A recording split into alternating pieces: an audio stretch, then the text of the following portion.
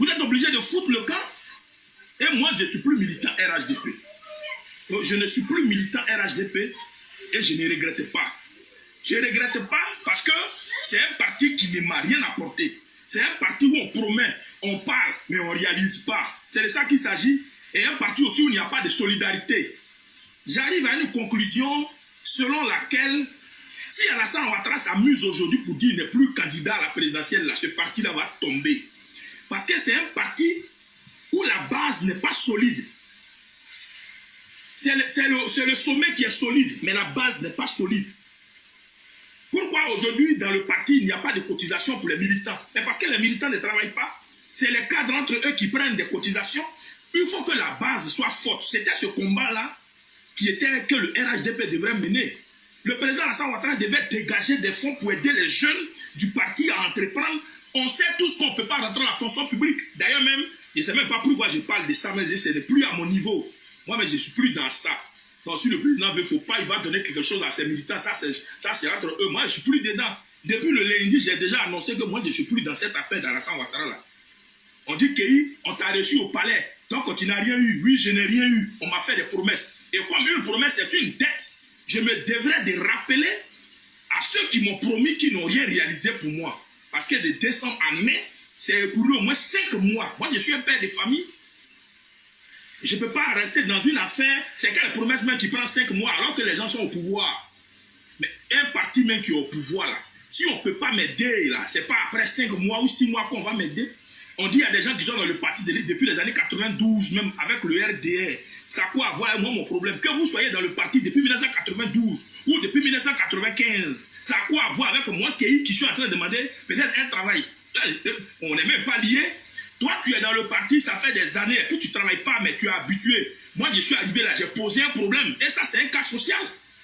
Quelqu'un dit qu'il veut travailler là, mais je ne vois même pas pourquoi vous allez l'insulter. Et je vois des vidéos. Moi, je ne réponds jamais aux gens. Hein. Je ne vais jamais venir ici dire, lui, il a dit ça là contre moi. Ah, donc, je vais le répondre. Moi, je suis assez responsable. D'ailleurs, même, j'ai déjà tourné la page. Et donc, je tenais à dire que moi, désormais, je suis militant de l'opposition. Je vais apporter mon soutien à Gbagbo Laurent. Je vais apporter mon soutien à Charles Blé Goudé. Je vais apporter mon soutien au président Henri Aimé Konan Bédié. Je vais apporter mon soutien à Soro Guibafori Guillaume. Je les ai combattus là. Oh, peut-être c'est eux-mêmes qui allaient m'aider. Je les ai insultés matin, midi, soir. Quand je prends Gbagbo comme ça, je le prends, je le mélange.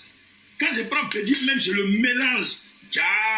C'est eux-mêmes qui allaient m'aider. Bon, ceux pour qui maintenant j'étais en train de mélanger les gens là, quand j'ai demandé travail là, ils m'ont insulté. Ceux pour qui, parce que je me bats pour les militants du RHDP, je me bats pour le président Alassane Ouattara.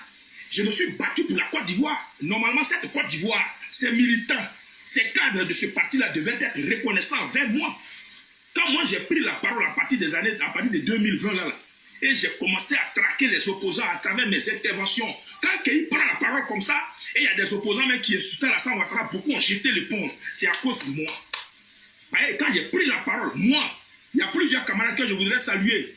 Zasso Patrick, comment on appelle?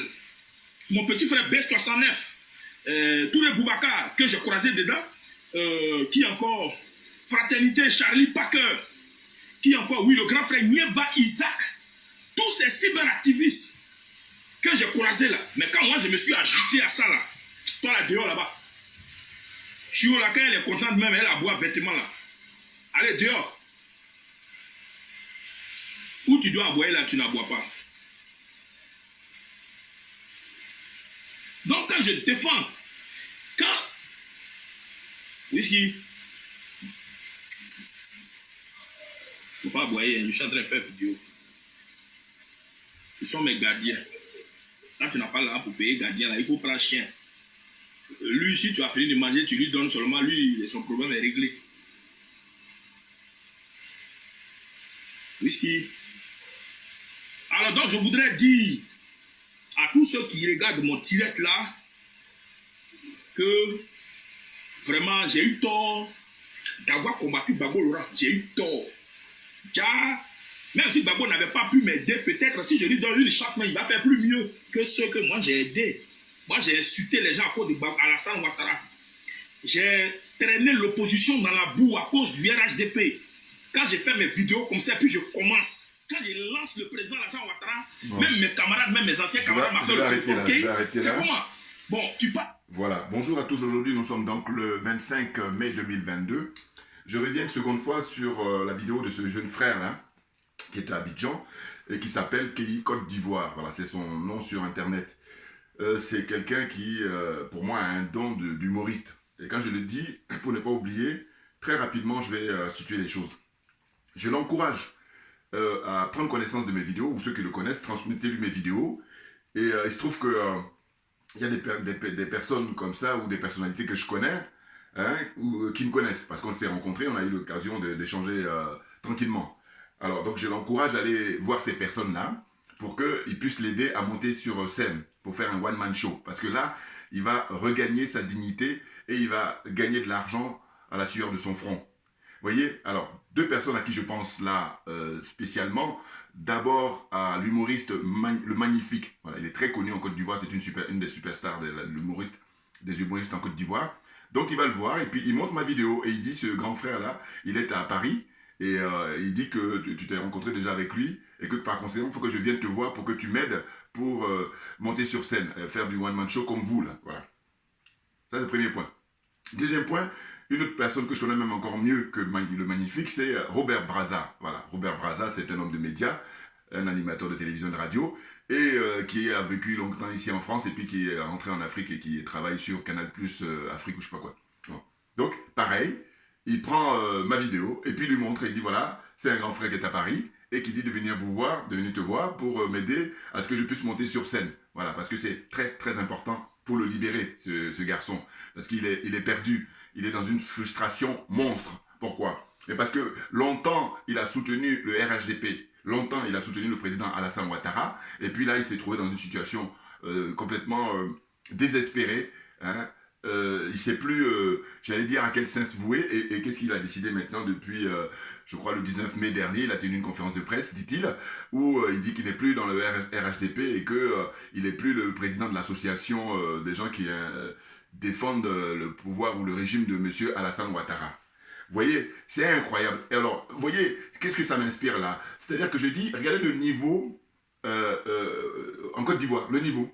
Et quand vous comparez juste à côté, enfin au nord, au Mali, mais c'est le jour et la nuit. C'est-à-dire que là, on est dans la nuit, hein, ils sont complètement largués, dans la marmaille ivoirienne, hein, la marmaille ivoirienne, naturellement. Et puis au nord, vous avez un pays, des gens dignes, hein, des gens qui se battent, pas seulement pour leur peuple ou pour leur pays, non. Le Mali se bat pour toute l'Afrique, en général, et l'Afrique, zone française CFA en particulier. Voilà, la zone des aliénés, comme vous voyez sur mon t-shirt là, la zone des complexés et la zone des corrompus. Et j'ajoute accessoirement, pour moi, encore en plus, c'est la zone des jaloux. Et j'ai dit, tout ça, on peut se libérer de tout ça. Vous voyez, et une chose qui est importante, c'est comme on dit, la vérité libère. Et donc ce jeune frère-là, franchement, moi depuis le début, ça fait, je vous dis 4-5 ans où je le suivais, et j'ai toujours rigolé en regardant ses vidéos. Et à l'époque, je rigolais parce que quand je voyais comment il insultait les gens d'opposition et tout, moi ça me faisait beaucoup plus rire, je trouvais ça drôle qu'autre chose. Et ces gens-là, ils considèrent que c'est faire de la politique. Bon, comme on me dit, il faut de tout pour faire un monde. Voyez-vous? Mais c'est incroyable. Là, au Mali, la jeunesse, là, le peuple malien se mobilise pour demander, pour exiger la rupture totale, définitive avec la France. Et là, en Côte d'Ivoire, on est dans une situation de folklore, d'amuse-gueule. Excusez-moi, le terme me manque. Hein? Des gens qui sont, comment dire, à jouer, si on prend au thème sportif, quand le Mali est en train de disputer la Coupe du Monde, là, on est en train de jouer, comment dire, un championnat de quartier. Là, je suis gentil, pour ne même pas dire un championnat de un petit village, qu'est-ce que je peux dire encore, hein, de Côte d'Ivoire, un petit village, mais vraiment tout petit, hein. C'est-à-dire que insignifiant, voilà. C'est impressionnant. Et moi, ma démarche qui consiste à chercher à l'aider, c'est parce que, vous voyez, j'aurais pas pu dire ça pour Johnny Pacheco, encore que. Mais je veux dire qu'il y a d'autres personnes que j'observe, et bien ça m'inspire. Parce que lui, quand je l'écoute, quand je l'observe, je dis, mais non, mais sur scène, il va briller. Et en plus, aujourd'hui, la démarche qui est la sienne, eh bien, il dit que il se met dans l'opposition, c'est-à-dire qu'il a fait une vidéo déjà pour, comment dire, qu'est-ce qu'il a fait comme vidéo? Voilà, pour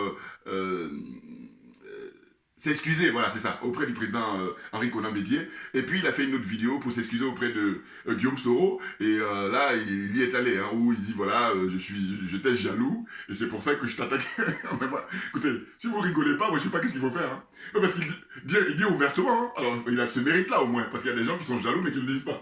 Lui, il a le mérite de dire, voilà, moi, j'étais jaloux de toi, Guillaume Soro, c'est pour ça que j'arrêtais pas de t'insulter de tous les noms, vous comprenez? Donc il fait ce mea culpa là auprès de ces deux personnalités là, et je crois que sa prochaine vidéo, hein, il a toujours la force d'en faire, ce serait maintenant pour s'excuser auprès du président Gbagbo. Encore qu'il le fait déjà quand il s'excuse auprès du président Konan Bédié, on voit qu'il parle aussi du président Gbagbo. Quand il s'excuse auprès de Guillaume Soro, on voit aussi qu'il parle de, comment dire, le président Laurent Gbagbo. Voilà. Pourquoi? Parce que ces gens-là, quand le président Laurent Gbagbo était au pouvoir, voilà, c'était des gens qui le soutenaient. Vous voyez? Et puis comme ils sont dans la marmaille, hein, c'est-à-dire que c'est vraiment propre à la Côte d'Ivoire, et bien dès que il a été renversé, et ben ils ont trouvé le moyen, la facilité là, naturellement, il faut le reconnaître, c'est très facile de faire ce qu'ils font. Hein. Ce qui est beaucoup plus difficile, c'est comme nous autres, de soutenir quelqu'un comme le président, enfin le président, alors c'est le président de l'Assemblée nationale, en l'occurrence, le professeur Mamadou Koulibaly, c'est beaucoup plus difficile. Pourquoi? Parce que ce monsieur, il est trop en avance, selon moi. Et puis pas seulement moi, il y a beaucoup de gens qui le constatent aussi. Parce que la classe politique ivoirienne, ben, il sauve l'honneur. Et je dois vous rappeler qu'il est le seul, pour l'instant, qui a été au Mali pour soutenir hein, comment dire, le pouvoir en place au Mali depuis maintenant le renversement de IBK. Vous comprenez? Il est le seul, en tout cas homme politique ivoirien, très connu, hein, qui est de notoriété. Et ça montre, comment dire, son panafricanisme, tout naturellement, ça montre son intégrité. Alors que les autres, là, ils sont en train de rêver, hein, même le président Gbagbo, voilà, il rêve de prendre la place de M. Ouattara et puis de se faire adouber à nouveau par la France. Mais je vous dis, parce que l'actualité nous a démontré, hein, il y a quelques jours là, j'ai appris que son parti, le PPACI, ils ont reçu une délégation de l'Union européenne. Mais quand j'entends ça en 2022, en mai 2022, je dis mais on n'est pas sorti de l'auberge. Soyons d'accord là-dessus, les choses sont claires. Vous comprenez? Donc, tout ce beau monde-là en Côte d'Ivoire, tout le concours consiste en fait à vouloir prendre la place de M. Ouattara pour faire comme lui, si ce n'est pire. Ah, ils vont pas faire moins que lui, hein. Ils vont faire comme lui, si ce n'est pire. Pourquoi? Parce que à partir du moment où vous ne dénoncez pas la France-Afrique, à partir du moment où vous ne dénoncez pas l'impérialisme, vous ne dénoncez pas le colonialisme, mais excusez-moi, vous allez faire pareil que monsieur. Parce que déjà, ce dont il est question, ce qui est urgent, c'est d'exiger la fermeture de la base militaire comment dire, française, hein, le BIMA, là, qui est située à Port-Boué, hein, c'est de la fermer définitivement. Et en plus, c'est comment dire, ce camp militaire-là, eh ben, qui est là-bas, il a été mis en place, il a été inauguré à l'époque d'Houphouët-Boigny, hein, qui est le chantre de la France, enfin, qui était le chantre de la France-Afrique. Et il a pour héritier des gens comme Arthur Banga, très dangereux. Hein. Et c'est pareil, parce que j'ai regardé une émission là hier, sur NCI, là, la chaîne avec l'animateur, le journaliste Ali Dirasouba. Et puis, il était question justement de parler du Mali. Alors, le Mali, évidemment, les tient tous, hein. Oui. Et puis, ce qui me surprend, par contre, c'est, comment dire, au Togo. Au Togo, quand je regarde les intervenants, mais je suis assez surpris, parce que je dis, mais après le Cameroun, eh bien, au Togo, les journalistes là-bas, ils sont vraiment très très libres, parce qu'ils s'expriment pour soutenir enfin les journalistes, en tout cas les intervenants, quand je vois sur la chaîne de télévision là, que je regarde qui est sur Internet, eh bien, ils sont beaucoup plus en phase, hein, en adéquation avec les aspirations du peuple africain aujourd'hui et de la jeunesse africaine en particulier. À savoir que nous n'en voulons plus de l'impérialisme, on n'a jamais voulu, mais au moins aujourd'hui on a pris conscience. Donc on n'en veut plus du colonialisme et on n'en veut plus de la France-Afrique, mais définitivement. Voilà. Et donc quand je vois au Togo comment les gens s'expriment, je dis mais c'est excellent. Oui, c'est surprenant parce que le Togo c'est un des très bons élèves aussi de la France-Afrique, tout naturellement, avant même l'arrivée de M. Ouattara, avant que M. Ouattara soit mis là par l'armée française. Vous comprenez? Hein, c'était d'abord Yassimbe Yadema qui a été mis par l'armée française, et puis ensuite son fils, et maintenant M. Ouattara est venu qu'en 2010-2011, vous voyez? Bon. Donc c'est pour dire quoi? C'est vrai que sur le plateau que j'ai regardé d'Ali Diarasouba, eh ben, y avait une jeune femme là qui est spécialiste justement pour la question militaire et puis ce qui se passe là pour les histoires de djihadistes dans le désert et tout ça. Bon, je voyais bien ses limites parce que pourtant elle était beaucoup plus libre que la plupart de ceux qui étaient sur le plateau. Mais en réalité, elle était pessimiste. Elle ne croyait pas à la démarche de libération du Mali. que le Mali veut se libérer, le Mali veut simplement son indépendance. Au fond, je crois qu'elle le sait au fond d'elle-même. Mais simplement, comme elle veut continuer à être intervenante sur cette chaîne-là, donc elle souffle le chaud et le froid, n'importe quoi. Enfin bon, c'est incroyable, hein, c'est ce que j'appelle l'escroquerie morale. Voilà. Ah non, faut choisir. Soit tu es, comment dire, tu n'es pas convaincu que le Mali va s'en sortir, et tu le fais franchement, et non pas que je dise que, oui, aujourd'hui, à l'époque où on vit, c'est bien normal que les jeunes soldats puissent se battre pour libérer leur pays, et puis à la fin dire, oui, mais leur démarche, elle va être difficile, et ils ne pourront pas s'en sortir parce que... Non, mais n'importe quoi, le Mali va s'en sortir, et je vous dis, le dernier défi, c'est la sortie du franc CFA, et ça va se faire avant la fin 2022. Voilà, je le dis là. Alors que je n'ai pas la confidence des dirigeants, comment dire, du Mali, hein, l'imperturbable Assimi Goïta et puis le Premier ministre Choguel Maïga. Non, je n'ai pas leur confidence. Bon, cela dit, c'est juste chacun de nous, en observant l'actualité, en suivant ce qui se passe au Mali, et on voit bien qu'ils sont dans une démarche très sérieuse. Ce sont des gens intègres, ce sont des gens de confiance. Et le peuple leur fait entièrement confiance, ne serait-ce qu'à regarder les manifestations à chaque fois. Hein. Rappelez-vous, la grosse manif qu'il y avait en février dernier, si je ne me trompe pas au niveau des dates, où il y avait 4 à 5 millions de Maliens qui étaient sortis dans tout le Mali. Quel pays au monde peut se vanter de ça? Je quitte même l'Afrique. Voilà. Je quitte l'Afrique et je prends le monde entier. Où les dirigeants qui sont aujourd'hui au 21e siècle au pouvoir, sans payer comment dire, des transports ou payer je ne sais quoi encore pour corrompre moralement les gens, eh bien, les gens spontanément comme ça sortent pour soutenir le pouvoir en place. Dites-moi, faites-moi les commentaires et je suis en attente. Vous voyez, donc quand on revient dans la sphère francophone là, et surtout dans la zone franc CFA, la zone des aliénés, la zone des complexés et la zone des corrompus, c'est même pas la peine. Parce que, écoutez, qui est crédible? M. Ouattara, qui a été mis par l'armée française, qui est crédible? M. Bazoum, qui lui, pareil, en train de faire son aveu pour dire que dès lors que le Mali est sorti du G5 Sahel, c'est fini, le G5 Sahel, il est mort. Bon, là, une fois qu'on a dit ça, on tire les rideaux. Hein. Or, là, qu'est-ce qu'ils font? La France les envoie, parce que la France, en fait, elle a cette façon de faire, là, de manipuler, ce que j'appelle insulter l'intelligence des Africains depuis toujours. Et elle entend perpétuer ça. C'est la raison pour laquelle moi, comme je refuse qu'on insulte mon intelligence, faire ces vidéos, c'est le minimum. Comprenez bien. Donc je dis, qu'est-ce qu'elle fait?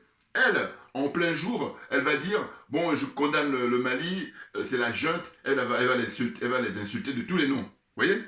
Et puis la nuit, elle va maintenant, comme il fait noir, l'obscurité, aller marcher à petits pas pour faire des démarches comme ça, obscures, pour toujours à son bénéfice tout naturellement. Vous voyez? Et donc c'est ce qui amène à ce que des gens comme Bazoum, eh il va essayer de, comment dire, lui aussi dire que les autorités au Mali, ils n'ont pas la légitimité, ils n'ont pas, alors que lui-même, bon, ça c'est peu que de le dire, alors que la charité vient de donner commence par soi-même. Mais comme ces gens-là, ils sont nés avant la honte, c'est les Camerounais qui disent cette expression que j'aime beaucoup, ils sont nés avant la honte, ou au Mali aussi on le dit, voilà, n'importe quoi, vous voyez? Qui a la légitimité, dites-moi, dans ces pays-là, les pays de la zone CFA là? Qui? Personne, pratiquement personne. Les rares qui faisaient l'espoir du peuple ou de la jeunesse, c'était des gens comme Macky Sall, quand il arrivait au pouvoir pour son premier mandat, les premières, deuxième années, et puis des gens comme, comment dire, Patrice Talon, quand il arrivait première, deuxième année. Mais après, les choses se sont gâtées. Pourquoi? Parce que le naturel revient au galop. Ah ben oui, là c'est clair. Hein. J'allais dire, c'est dans l'ordre naturel des choses. Et ces gens-là nous ont montré, en fait, leur vrai visage. Ce sont des dictateurs qui sont au service des forces exogènes, c'est-à-dire au service de comment on appelle ça, l'Occident en général et la France en particulier. Voilà. Ce sont ce que j'appelle les soldats de la France-Afrique. Et c'est la raison pour laquelle j'ai dit, quand j'ai regardé sur ce plateau-là, Arthur Banga, qui est un jeune, beaucoup plus jeune historien, qui est spécialiste pour les affaires militaires, qui enseigne même à l'université d'Abidjan, et puis aussi, je crois, ici, il vient de temps en temps intervenir à la Sorbonne. Mais c'est impressionnant, tu te dis, mais eux c'est des gens qui sont très dangereux au sens où, mais ils continuent à perpétuer justement cette lobotomie-là, qui a été mise depuis toujours par la France, et ils sont là pour assurer le service après-vente, en quelque sorte. Vous voyez? Et puis j'observe que sur le plateau, il y en a plein là qui, quand bien même ils bénéficient rien de la France, mais ils le font parce que ça leur fait du bien. Vous vous rendez compte au stade où on est rendu? Rendez-vous compte au stade où on est rendu. Voilà. C'est impressionnant. Et quand eux-mêmes, vous voyez la contradiction dans laquelle ils sont, parce que d'un côté, ils vont dire, bon voilà, comment ça se fait que dès que la guerre en Ukraine a éclaté, on met beaucoup d'argent pour soi-disant aller aider l'Ukraine? Mais comment se fait-il que le problème comment on appelle ça, du Sahel, où on voit des Africains qui meurent depuis des décennies, et puis précisément à partir de 2012, encore plus fort, Eh bien, pourquoi là, l'argent qui est mis là-bas, eh ben, on ne fait même pas moitié-moitié, ou même, voilà, on ne fait pas en priorité, parce que le Sahel, ça a commencé avant l'Ukraine. Vous voyez? Donc, ce qu'on constate, c'est que ces gens-là, ils sont perturbés, mais gravement. Ils sont dans l'aliénation, ils sont dans le complexe, et ils sont dans la corruption morale d'abord, et la corruption matérielle ensuite. Vous voyez? Et même c'est pour ça que, moi encore, j'ai trouvé une idée pour les qualifier. J'ai dit, voilà, les intellectuels africains font un usage de leur savoir et de leur connaissance de manière caricaturale. Voilà, ça c'est Dixit moi-même. Vous comprenez? Voilà, ils sont perdus, ils sont paumés. Mais je dis par contre, il faut garder les images. Ah oui, parce qu'on va les sortir très bientôt. Ça va aller très vite là. Hein. Ah oui, moi je dis rendez-vous en 2023 et on va voir. Et pareil, les Arthur Banga et compagnie, je suis sûr que quand il faisait sa déclaration en disant oui, la Banque mondiale dit que le Mali est en récession, le Mali, toutes les conneries là, les salades là qu'il raconte, eh bien, il va avoir le culot de dire ah oui mais c'était pas moi, c'était la Banque mondiale qui dit non mais n'importe quoi, si c'est toi, parce que en tant qu'intellectuel justement, ton rôle c'est d'éclairer le peuple et non pas interpréter pour faire plaisir à la France. Parce que c'est ça. Quel est le but là comment on appelle ça, des rapports rendus par la Banque mondiale, depuis toujours d'ailleurs, vis-à-vis de l'Afrique. Moi j'ai écouté un intervenant là, un spécialiste togolais, mais franchement, ça fait du bien. Tu dis ouf, heureusement qu'il y a des gens comme ça, honnêtes, intègres, intellectuellement. Il dit mais attendez, quel est le but? Le but en fait c'est de faire monter la sauce pour que la population comment on appelle ça, se mobilise pour chasser ceux qui sont au pouvoir, alors que ceux qui sont au pouvoir, mais c'est des gens dignes qui sont en train de faire le boulot, mais le plus sérieusement du monde, parce que la priorité absolue, c'est de faire de manière à ce que la sécurité des citoyens soit assurée, quel que soit l'endroit du Mali où tu es, que tu sois au nord, que tu sois au sud, que tu sois à l'est, à l'ouest, hein, que ça soit assuré ou au centre. Or là, ce qu'on a constaté, c'est que avant 2012, ça a été le cas d'une certaine façon, mais après, à partir de 2012, 2013, 2014, eh ben, finalement, il y avait que Bamako qui était, et encore, voilà, et encore. Mais sinon, le reste du Mali, occupé, 80%. Vous vous rendez compte, 80% du territoire malien est occupé, quand la France, depuis 12 ans, est restée là, hein, comment dire, une dizaine d'années, à rien branler. Rien branler. Voilà, ils se sont fait plaisir, même à piller plutôt le sous-sol du Mali. Donc on a compris ça, on n'a plus de temps à perdre. J'ai pas le temps, nous n'avons pas le temps, Assimi Goïta. Voilà, les choses sont claires. Vous voyez? C'est incroyable. Donc moi, finalement, je regardais il y a quelques temps, je vous dis il y a quelques années, on va dire, hein, les infos du Bénin, hein, et quand j'ai vu que Patrice Talon, il a montré son vrai visage du dictateur, là je ne regardais plus. Vous voyez? Mais dites-moi, vous, chers camarades, chers amis, chers frères et sœurs, envoyez-moi des commentaires pour me dire dans cette zone-là, la zone des aliénés, là, la zone des 15 là, quels sont les pays où les intervenants sont critiques vis-à-vis de la France? Ça m'intéresse. Dites-moi. Hein, envoyez-moi les liens, hein, dites-moi, et voilà, je vais aller regarder. C'est comme ça, je vais pouvoir faire des vidéos par la suite. Ah oui, non, parce que la France, c'est tabou dans la plupart de ces pays-là. Hein, on ne peut pas critiquer, alors que nous sommes au 21e siècle. C'est ça qui est impressionnant. Donc ces gens-là, ils sont pour perpétuer la servitude volontaire. Et c'est très grave, parce qu'en fait, ce sont des sorciers, pour moi. Voilà. Ce matin, j'y ai pensé. J'ai dit, c'est vrai que les chefs d'État africains, là, je les considère comme des sorciers, mais les journalistes, là, les intervenants, tout ça, c'est aussi Pourquoi je parle de sorcellerie? C'est qu'en fait, ils savent, au fond d'eux-mêmes. Mais simplement, ils ont décidé de dire le contraire parce qu'au fond, c'est leur petit confort là qui est plus important pour eux. Et le reste, c'est pas grave. On peut couper la tête de Petit Kofi, on peut faire ce qu'on veut. Je parle même pas d'un journaliste d'origine camerounaise qui vit en Côte d'Ivoire, qui lui fait la talakou pour M. Ouattara, mais c'est impressionnant. Ah oui, lui, M. Ouattara, c'est le président le plus brillant du monde. Non mais, attendez, on se dit heureusement qu'il y a Internet, heureusement qu'il y a les réseaux sociaux, mais sinon, lui, il faut l'emmener en psychiatrie. Non, parce que c'est problématique.